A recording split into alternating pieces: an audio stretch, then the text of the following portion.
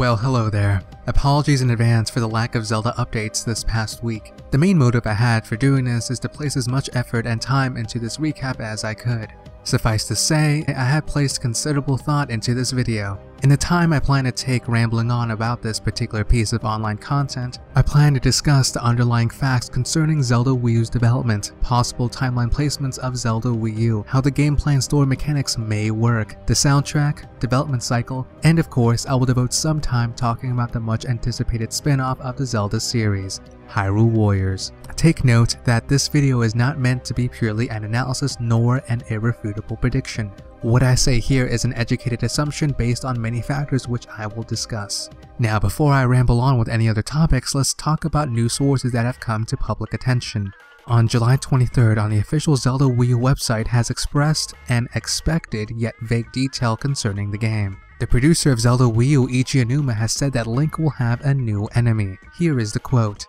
"The vast Zelda world is without boundaries and Link will challenge a new mystery, a new formidable enemy." Note that this quote in question is roughly translated. However, this kind of quote should not be much of a surprise but an expected announcement. The fact that really sparked deep and vivid interest within me is one key point that many news analysts have failed to discuss. It is the fact that the actual director of Zelda Wii U has not been revealed. Of course, the producer of the game, Eiji Aonuma, would have significant contributions towards the development of the game. However, the fact that Nintendo has not revealed the director yet has left me thinking. Speaking of which, Zelda Wii U doesn't even have a formal title yet, so what gives? Keep that question in mind as I go through some other curious troubles. Placing interest back towards the quote I have just mentioned, it seems to me that many news outlets are placing a lot of faith towards a one-villain antagonist.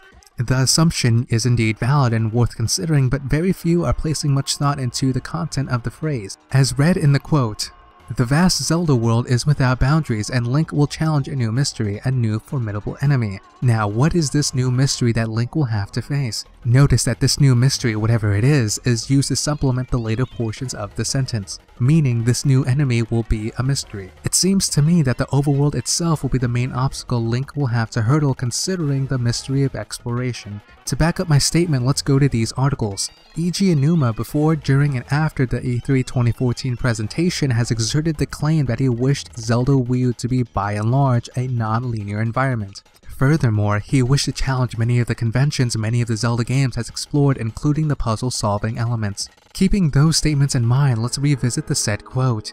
"The vast Zelda world is without boundaries and Link will challenge a new mystery, a new formidable enemy." It seems to me that the antagonist of the story, whoever he or she may be, won't be the all-defining obstacle in the game, but the overworld itself. As I said before, non-linearity will more than likely be the premium in the game. Now, before we move on, let's take a step back and think analytically on what we have just discussed. Nintendo has done something different in revealing this game known as Zelda Wii U. Notice the game doesn't have a formal title, the director of the game has yet to be revealed, and the only thing Nintendo is more than willing to reveal is the gameplay mechanics. In short, Nintendo wants to market Zelda Wii U not necessarily as a story-driven game like prior titles of the Zelda franchise, but as a game you can play as you please. If we take into consideration that Eiji Aonuma compared Zelda Wii U to the original Zelda title in terms of exploration and in conjunction with interviews with Shigeru Miyamoto, stating that he wished the game to be accessible regardless of story advancement, adds claim to my hypothesis. So in summary, I believe Zelda Wii U won't be as story-driven as other games in the series, but rather player-driven in which actions in the gameplay determines consequence. The way Nintendo has marketed the game can only add explanation towards this theory. Ask yourself this question: for what reason Nintendo decided to reveal Zelda Wii U without revealing the title? The answer may very well be that Nintendo wanted consumers to focus on the gameplay. In fact, the very first footage of Zelda Wii U was Eiji Aonuma claiming that the overworld will be vast. This is not to say, however, that there won't be any story elements. I am just saying that the gameplay in itself will be the mechanics that will drive the story, not necessarily the other way around, as is the case in prior Zelda games. Shigeru Miyamoto's interview where he stressed that the term open world was just a marketing term can only fan the flames for this particular hypothesis.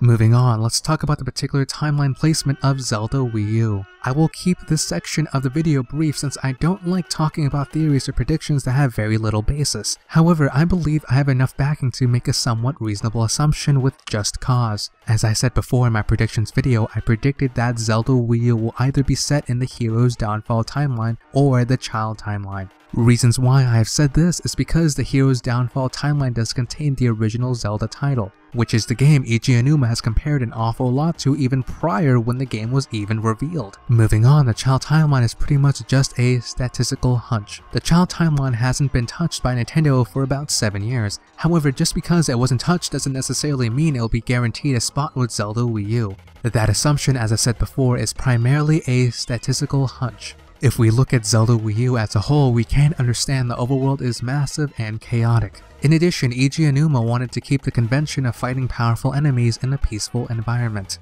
So we can make an educated guess that the game in terms of the plot will follow either of these timelines. Personally, I doubt the adult timeline will be the setting considering all the events that have transpired in it. The original timeline that takes place from Skyward Sword to Ocarina of Time could be a good guess. However, ultimately only time will tell. Again, speaking of the potential timeline just reeks of baseless speculation, so let's move on towards the gameplay. Before we really touch on the potential gameplay mechanics, I do want to briefly explain Nintendo's marketing strategy when it comes to games so far. 2014 does seem to be all about Smash Bros, which I personally am ecstatic about. Anyways, including Smash Bros, Mario Kart 8 does share some similarities when it comes towards its marketing and controls.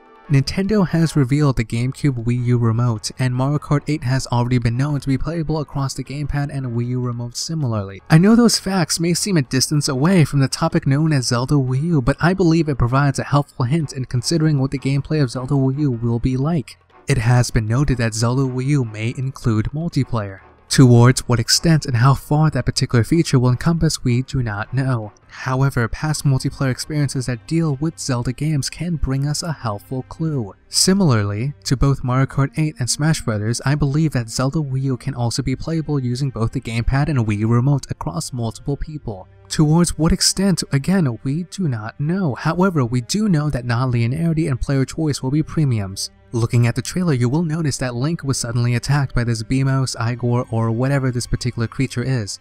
In terms of the gameplay and story, what does that tell you? Well, it means that the land is either not settled or is being invaded. As we can see from a large variety of settlements and farms, we do know that the former is not a valid option. The latter option of being invaded can be a reasonable assumption. By that standard, we can say that it is Link's job to protect some of his fellow villagers and explore the overworld for clues as to why Hyrule is being plunged with these powerful monsters.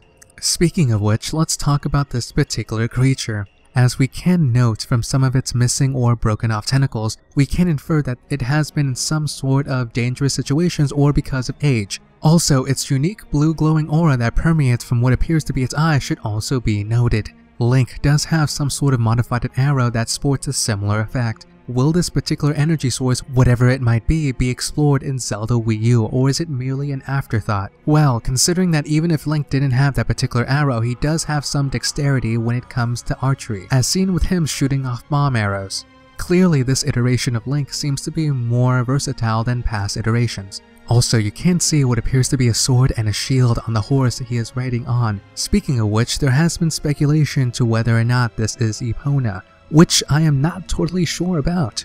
Anyways, Link does appear in my mind to be some sort of ranger this time around. Many have subscribed that Link is merely some sort of hunter. While that guess does have some merit, Link is carrying a shield after all, which implies he at least knows some sort of hands-on warfare. I'm guessing he is some sort of forest or field ranger that intercepts some of these attacks that are implemented by these monsters. So before I get too carried away with this, I believe the gameplay mechanics of Zelda Wii U will reflect on exploration and the themes I have just mentioned, such as navigating the world and letting the setting be its own character, including whatever villagers and encounters Link might face. Now let's talk about the soundtrack of the game. From this section, I will quote information from Zelda Informer's YouTube channel. Apparently, the music found in the trailer of Zelda Wii U does sound similar to the Darknut theme found in Twilight Princess. Here is the clip.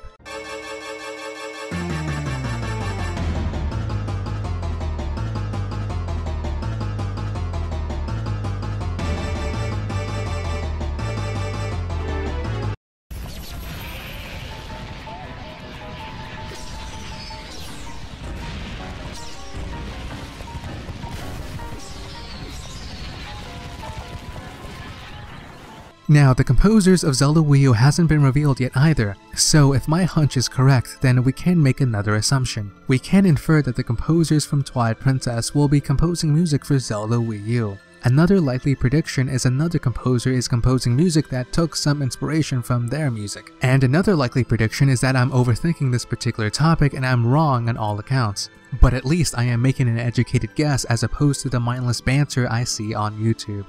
Well, moving on towards our last subject dealing with Zelda Wii U is the development cycle. Which, in all honesty, I can talk about this subject in a video all in itself, which I will probably do in the future. But for now, I just want to talk about some key points. In short, it is very obvious that Zelda Wii U began development during either the latter stages of Skyward Sword's development or after its completion back in 2011. The game was nearly revealed in E3 2013, but wasn't. I can't imagine that Eiji Aonuma and the powers that be at Nintendo wanted revisions. This political backlash between development team number 3 and Nintendo's executives may have caused a delay. Also, considering the fact that console Zelda titles usually take up 3 to 4 years to complete naturally places the game at a winter 2015 release, as I have reiterated many times before in the past. Anyways, not a whole lot of new information has surfaced regarding the development other than the fact that Eiji Aonuma and Miyamoto wanted the game to be different from past Zeldas. So why did I just reiterate this already known information? Well, let's read between the lines in the summary. As expected, Zelda Wii U was revealed in E3 2014, but with only a short but sweet teaser. No title was revealed. In fact, the director nor the composers was revealed either. The main emphasis of the trailer was to boast about how vast Zelda Wii U's overworld will be and how unconventional the title will be in contrast with other Zelda titles. And considering how long development team number 3 has been working on this, you can see that development team number 3 is indeed capable of showcasing more information but didn't. Why? Because of Nintendo's marketing and appeal. 2014, with the release of Mario Kart 8, Smash Bros, and Hyrule Warriors will reinvigorate interest back in the Wii U, while 2015 seems to be a year for Zelda. Nintendo wants consumers to see that Zelda Wii U is a different Zelda title that uses gameplay and exploration to enhance the story, not necessarily the other way around. So if you would look at this as a whole, then you would see that Nintendo has implemented a plan to ensure financial confidence. Just look at the numbers. Wii U interest has spiked since the inception of their E3 performance, and it only looks like it is getting higher with the release of Smash Bros. And Hyrule Warriors in 2014. Zelda Wii U and a possible Zelda game for the 3DS in 2015 that may very well be a Majora's Mask remake could also be released, and if my line of reasoning is correct, a console Metroid reveal in 2015 and a release in 2016, while a Metroid 3DS game could be released in either 2015 or 2016, depending on developmental structure. And if you have any questions on a Metroid topic, then click here to see my Metroid news series. So there it is, my take on the current affairs on Nintendo, which I probably shouldn't have placed that much thought into. So what do you guys think? Intellectual diversity is crucial in any sort of investigation, so comment away. Now moving on, I want to talk briefly about Hyrule Warriors. The Famitsu magazine and following trailers have noted that Sheik, Ruto, and Darunia have been added to the current known playable roster. Also, some sort of a minigame or overworld indicator has also been revealed that appears to be an updated version of the first Zelda game. There are new trailers concerning the new characters such as Ruto, which you can click out to watch here. I will compile an overview of Hyrule Warriors dealing about everything we know about the game in next week's episode. Episode 5 will arrive next Monday on the 4th of August. Also, for the loyal few who actually watched the entire video up to this period, I want to ask you something. I am thinking about going back to a weekly format. Of course, I will upload from time to time when really big news surfaces, but by and large, I think this is better for me. I want to upload high quality and longer videos, so what do you guys think?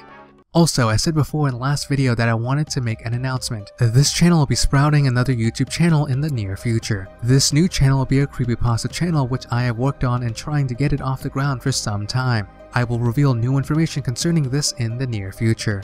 Well, special thanks goes to Jeremy Austin, GU King of Heart, Lincoln Log 7862, Tom's Castle 3, and Gordon Freeman for contributing to this episode. If you want to contribute for next week's episode, please comment below with the source and I'll feature your name in next week's episode. Again, episode 5 will be arriving next Monday. Also, if you are into podcasts, my new podcast series, The All Night Cast, will produce weekly episodes, featuring guests from other YouTube channels. Our latest guest is Furious Francis, who runs PlayerEssence.com. Episode 2 should be uploaded this Wednesday, so in other words, the podcast series will be uploaded every Wednesday. So please like, comment, and subscribe if you're new.